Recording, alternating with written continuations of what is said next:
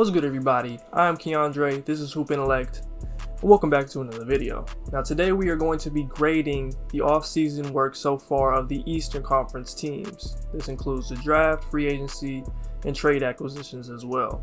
Now for each team we'll start off talking about the draft, and then get into the signings and the trades. And the Western Conference video will be coming shortly after this one, so stay tuned for that. Without further ado, let's go ahead and get into it. We'll start off with the Philadelphia 76ers. Now the Sixers had a great draft. Tyrese Maxey was a top 10 player in this draft for me, and he fell all the way to 21. He fits what the Sixers team likes to do and should be able to make an impact right away. Isaiah Joe ending up in Philly at 49 is one of the few players I mocked correctly. I don't know if he'll play a lot this year, but I think he'll eventually end up making an impact for this team. And then getting Paul Reed at the end of the second round was pretty wild in my opinion. I don't know how he fell that far, but he's perfect as a versatile forward off the bench. So getting past the draft, they happened to make some really crucial trades as well. They got off the Al Horford contract by packaging him with a couple of picks, and getting Danny Green and Terrence Ferguson in return is a great deal to me. Green and Ferguson to a lesser extent are players in a position of need. Morey and company basically hit two birds in one stone here. They also traded for Seth Curry. Curry is perfect for this Philly team. You sacrifice some size and defensive versatility moving on from Josh Richardson and trading what went on to be Tyler Bay, but Curry is actually a pretty solid defender contrary to the popular narrative. I think he'll fit really well on this Philly team. And finally, that last minute Dwight Howard signing was a savvy move. He's basically an energy big man with a championship and MVP pedigree. He may not put up the numbers he used to, but Dwight is certainly a valuable piece for this Philly squad. Daryl Morey clearly made the correct assessment of this team and went out and got shooters, and made this roster make a lot more sense in just a couple of weeks. In total, I think this was one of the best off seasons. Philly will be a contender in the East, and they earned an A grade for me. Now let's head to Detroit, where things were getting a little bit weird. I really have no idea what Detroit has been doing. I try to be patient and think there might be a master plan there somewhere, but to no avail so far. Pistons had a pretty good start to their offseason, drafting Killian Hayes at 7. He was a guy who I thought was perfect for starting this rebuild. The Isaiah Stewart pick was too high for my liking, but he's definitely talented. They went and got Sadiq Bey, who I really like, and think he would be perfect next to a guy like Killian Hayes. And then got Saban Lee at 38. There were several players available who I like better than Lee, but with Bruce Brown and Kyrie Thomas exiting, maybe you wanted someone to replace what they gave you. Overall, I think it was a really nice draft. And then you went out and signed Mason Plumlee for 3 years, $25 million, and then Jahlil Okafor right after that. And then you traded for Tony Bradley. So for a minute there, you had 4 centers on the roster for no apparent reason, none that are really gonna push you over the hump. I mean, Isaiah Stewart could, he has the potential, but the rest of them are just middling bigs. Later on, traded Tony Bradley for Zaire Smith, who is a young piece who hasn't really even got to show himself yet. And then you waive him, so I don't know what was going on there. You already have Blake Griffin, who's a 4, can play some 5 at this point. And then you sign Jeremy Grant, who I like, but there's still some overlap there at the 4. Griffin probably doesn't factor into their long-term plan, so it's okay there. In total, the Pistons have about 4 or 5 players whose natural position is at the 4, and about 3 whose natural position is the 5. So this isn't really what you want to surround Killian Hayes with. Just ask RJ Barrett and the Knicks. So I'm going to have to give Detroit a C- just because of how much I like Killian Hayes and the Tony Bradley move, put him over the hump. They were really close to getting a D+, and even as I say this, a D+ sounds appropriate, but I think Killian has the potential to make a real impact in the league. Now to a team who has been really busy, we'll go to the Atlanta Hawks. Atlanta has had a pretty good offseason. They drafted Onyeka Okongwu with the 6th pick and Skylar Mays with the 50th pick. The more I think about it, I actually like the fact that Okongwu will have to wait a little bit to get those starters minutes. The Bam comparisons are honestly unfair to him because Bam didn't come into the league doing those things he did last year. Give him at least half the year to figure things out and possibly slide in there if Capella gets moved or they're not making a playoff push. As for their signings, I love the Chris Dunn signing. He's quietly one of the better defenders at the guard spot. When you have Trae Young, you've got to make moves like these. Rondo makes sense as well, as that Hawks offense was horrendous last year without Trae Young in the game. Hopefully Rondo's content with helping build this Hawks team and doesn't overstep his boundaries. And Solomon Hill should serve as a good vet for these young wings as he's on a 1-year deal. Now the Gallinari signing didn't make much sense to me. If it was 8 years ago, I'd like it a lot more, but at this point, Gallinari must guard fours. Threes are just too quick for him at this stage of his career. When you have a guy like John Collins who's 23 and improving, especially on that end, it makes sense to put him in the best position to succeed. Now, I wouldn't give Collins the max, but if it means paying him $25 to $27 million over paying a 32-year-old Gallo $21 million, I'm doing it. You also have Okongwu who can play the 4 or 5, and you have DeAndre Hunter whose best role in the NBA will probably be at that 4 spot too. Overall, Gallo's a nice piece, but I'm not sure it makes a lot of sense for the trajectory, development, or the personnel that they have on this team. Now, they just sent a 4-year, $72 million offer sheet over to Bogdan Bogdanović that the Kings will have the opportunity to match, making it clear that the Hawks have gone into win-now mode and placed the development of guys like Kevin Huerter and Cam Reddish on the back burner. I would have liked to see another year of Huerter and Reddish getting starters minutes, but they want to make a push for one of those low Eastern Conference playoff seeds. I would have preferred they signed Bogdanović over getting Gallinari, but we'll see how it all turns out in the end. Overall, though, I'm not a big fan of the Gallo signing. He's still a good player, and you really can't be too much against that. The Hawks earned himself a B+ so far this offseason. Now on to Charlotte. I really liked what the Hornets did in the draft. They went and got LaMelo Ball, who I think is the most talented offensive player in the draft. And they filled a need in the front court, getting Vernon Carey Jr. and Nick Richards. We knew they were going to need to grab some size in this draft, and there would be some talented guys available in the second round, and they did just that, getting 2 bigs who can contribute in different ways. And then Grant Riller fell way too far, so despite this roster's logjam at the guard spot, he's somebody who could become an asset for them, or at least serve as an insurance policy. Now to the free agency side. In principle, signing Gordon Hayward makes a lot of sense for this team, but a 4-year, $120 million deal just does not. Hayward is not that player we saw in Utah, and that's just fine. He's somebody who can give you about 17 to 20 points a game, make plays as a secondary playmaker, and be solid defensively. But with that being said, I'm not a fan of paying Hayward $30 million when he's 34, especially with the upcoming draft full of high impact players. And in that process, you stretch Batum's contract over the next 3 years at $9 million, which could have been a future rotation player.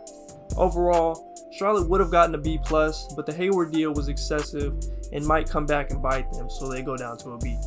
It's been a pretty quiet offseason for the Pacers so far.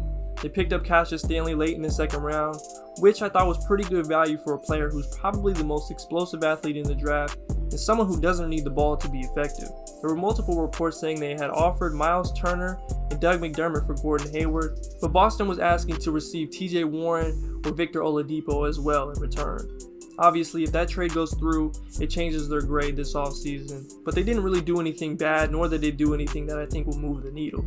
They re-signed Justin Holiday on a 3-year, $18 million deal, keeping the Holiday duo together, and Jakar Sampson, a certified energy player, re-signed for the minimum.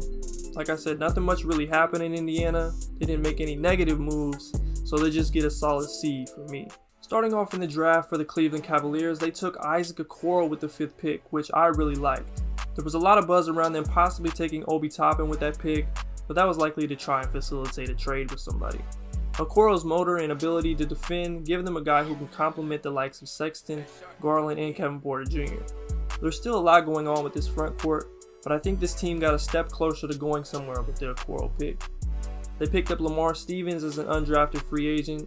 I think he's high value, great athlete, has potential to crack a roster at some point. They acquired JaVale McGee in a 2nd round pick for Jordan Bell and Alfonso McKinney in what was a cap move for the Lakers.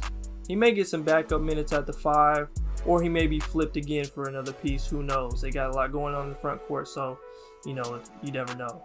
As for free agency, they haven't signed anyone besides Damian Dotson on a 2-year, $4 million deal, and I'm not going to knock them too much for it. They just don't have the space right now. They're in a weird middling position in between playoff contention and tanking. It would make more sense for them to go closer to the tanking direction. Now, they don't get off the hook too easily because they might have been able to swing a deal for Kevin Love or Andre Drummond, given the amount of salary that has been on the move as of late. The Cavs get a C+ grade, and that's mostly off the strength of drafting Isaac Okoro. Fresh off an NBA Finals trip, the Miami Heat got right back to work. They drafted Precious Achiuwa with the 20th pick, who is a personal favorite of mine from this draft. I don't think that he could have ended up in a better place to develop, and considering that he's not going to be rushed either, I think he'll end up being a part of their core in the future. They brought back Goran Dragic on a 2-year, $37 million deal with a team option in the 2nd year. This is a really team-friendly deal and gives them insurance if an injury keeps Dragic from being that 20 points a night guy we saw him be down the stretch of the season, and also prepares them for next year's free agent class. I'm not sure why they brought back Myers Leonard, especially at that 2-year $20 million price. When the games got important, Leonard was on the bench collecting DMPs. On the other hand, you might as well keep a culture guy on the books as you try to make a run at big time free agents next year. Defending guards was a huge issue for this Heat team last year, so they went out and got Avery Bradley on a 2-year deal worth about $12 million. And even though they lost Jay Crowder, they picked up Mo Harkless for a cheap 1-year, $3.6 million deal, and the exit of Crowder will likely allow more time for the likes of KZ Okpala and even Precious Achiuwa. But for me, Pat Riley and company get a B+ for this offseason so far.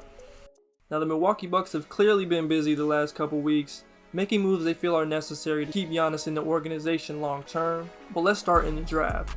They got Jordan Nwora and Sam Merrill in the second round, two of the best shooters in the draft. I think Nwora has a pretty solid chance of playing this year, but we'll see. Overall, I like the selections, and especially when Giannis is your centerpiece. And EJ Montgomery was picked up as an undrafted free agent. The Bucks tried to facilitate a trade for Bogdan Bogdanović that fell through. Now people have said that it might have been because of tampering investigations, but it was reported as Bogdanovic's lack of interest in being traded there just out of the blue. They did though trade for Drew Holiday, but the price for Holiday was quite high.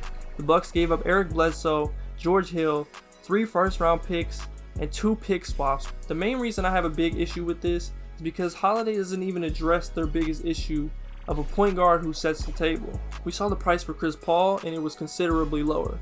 He's a superior player and a better fit, albeit older. So the move was kind of head scratching from there. Milwaukee went and got Torrey Craig, who I think is an excellent addition as a versatile defender and someone who can at least hit a 3. The team also signed Bobby Portis, Bryn Forbes, Pat Connaughton, and DJ Augustine. I think Augustine could end up playing a vital role in this team because of their lack of creation. Portis and Connaughton are about as solid gets in terms of role players, and Bryn Forbes has quietly shot 41% from 3 on 5.5 attempts a game over the last 2 seasons.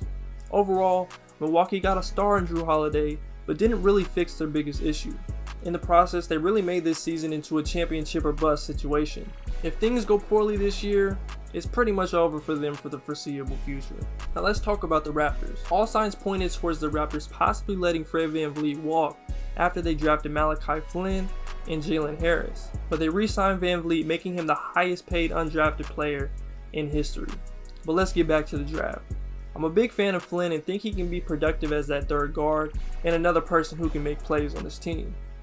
I would have liked to see Toronto go in a different direction with their second round pick, but Jalen Harris is definitely talented. I could even see him taking over Norman Powell's role in the next couple years if he develops how I think he can. Toronto lost both Serge Ibaka and Marc Gasol to the LA teams, dampering the moves that they made, but they did pick up Aaron Baines, who I like, and Alex Len, who has shown himself to be serviceable. They re-signed Chris Boucher as well. You're not going to replace what Ibaka and Gasol bring both on and off the court, but at least they patched something pretty solid together. All things considered, the Raptors get a B-. I like the players they got in this draft even though they're not exactly what they needed. They re-signed Fred, which is a really big deal, and Aaron Baines might just be better than Marc Gasol at this point, so the B- is valid. Now over to DC for the Wizards. They might have gotten the steal of the lottery taking Deni Avdija at 9. I think Avdija fits really well next to Wall and Beal, or if Wall wants out, I think that he's a pretty good building block in general. And then trading for Cassius Winston, who somehow fell to 53 in the draft, was an underrated great move.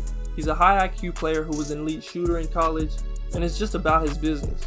Yoeli Childs got a ton of interest from teams at the end of the second round, and the Wizards give him an opportunity as an undrafted free agent. As for the free agents, the Wizards re-signed Davis Bertans to a lucrative 5-year, $80 million deal. The man can light it up from deep, and that'll get you paid. I think this was a good deal for both sides. They signed Raul Neto and Robin Lopez. Lopez and Neto aren't much more than marginal roster fillers to me, but they do serve a purpose in the locker room. In the end, the Wizards get a B from me this offseason, with Deni Avdija playing the biggest role in that grade. Hopefully they can get their chemistry together and get John Wall back on track. If they're able to do that, I think we'll be in for a fun season from the Wizards. The New York Knicks kicked their offseason off by picking Obi Toppin with the 8th pick in the draft. I'm definitely not opposed to this pick, especially for them. Defensively, I don't know if he'll ever be good, But if he is going to be, Tom Thibodeau is one of the coaches I trust in helping him along on that end.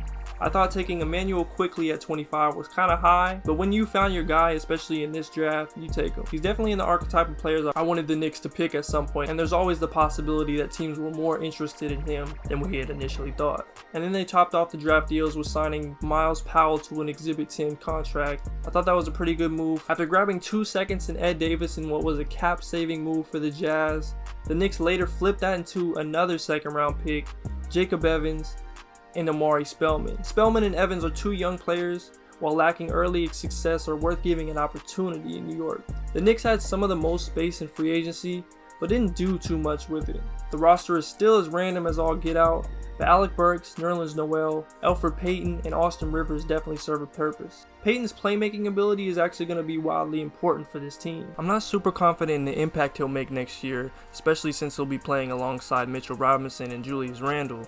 But now they've got to focus on putting him in the best positions to succeed. The Knicks passed up on some guys I think they might regret down the line, but they better be sure to do everything possible to put the guys they do have in the proper positions to be successful. The Brooklyn Nets have really high expectations for this season. Starting off in the draft, they made a few trades, but ended up with Reggie Perry in the late second round.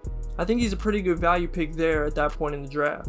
You've got Jared Allen, DeAndre Jordan, and Nick Claxton who will play those minutes at the 5, but I wouldn't be surprised if Perry gets some spot minutes in there at the 4 or the 5 in what should be a developmental year for him. Now, re-signing Joe Harris was huge. His ability to shoot and make an impact in a lesser role is key to the success of this team. Getting Landry Shaman was a solid pickup as well, but I'm not sure how much you want or need him if Dinwiddie and LeVert are going to stick around.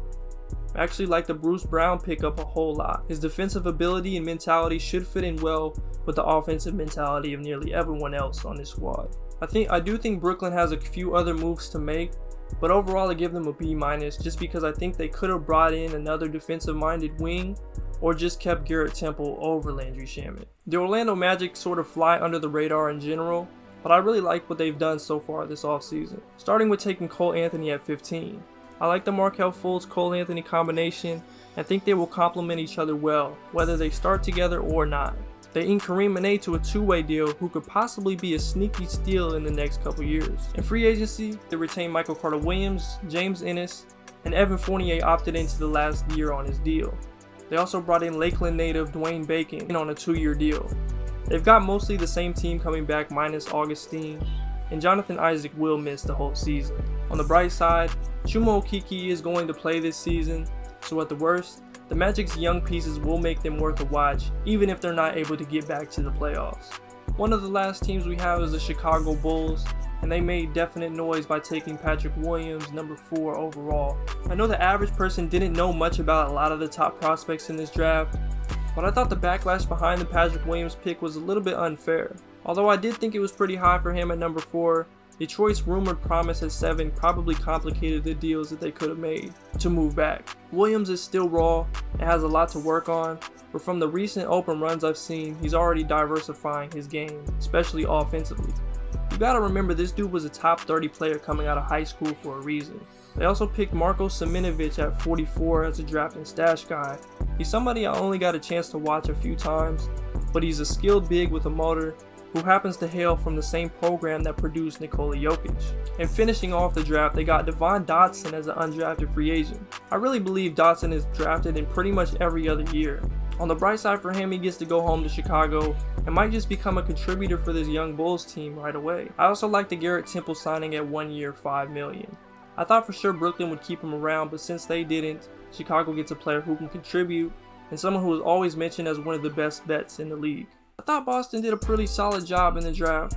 They got Aaron Nesmith at 14, which with the exit of Gordon Hayward will make it easier for him to get minutes. Having that perimeter shooting threat should help Tatum and Brown a ton as well. Peyton Pritchard at the end of the first round kind of shocked me, but the dude can play. I thought Pritchard would drop well into the second round, and I actually had the Celtics picking him up then, but they got it done early. And choosing Jan Madar as a draft and stash guy could pay dividends in the future, as they don't need another rookie, but he does have the potential to be an asset going forward. They went out and signed Tristan Thompson to help fill that void at the 5 spot for 2 years, $19 million, and bringing in Jeff Teague at what is likely a 1 year, $3.6 million deal at least brings some consistency and experience to that backup guard spot. that Pritchard or Waters likely won't be able to do. In conclusion, I liked what Boston did in the draft, and Tristan Thompson and Jeff Teague are solid rotation pickups. But losing Gordon Hayward for absolutely nothing knocks him down to a C+ for me. If you had the Turner and McDermott deal on the table, you've got to take it. You can't get too greedy and let Hayward just walk out the door for nothing.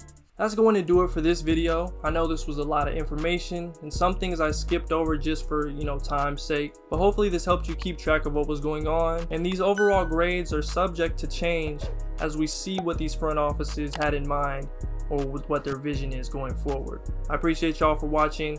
More great content is on the way, and I'm out.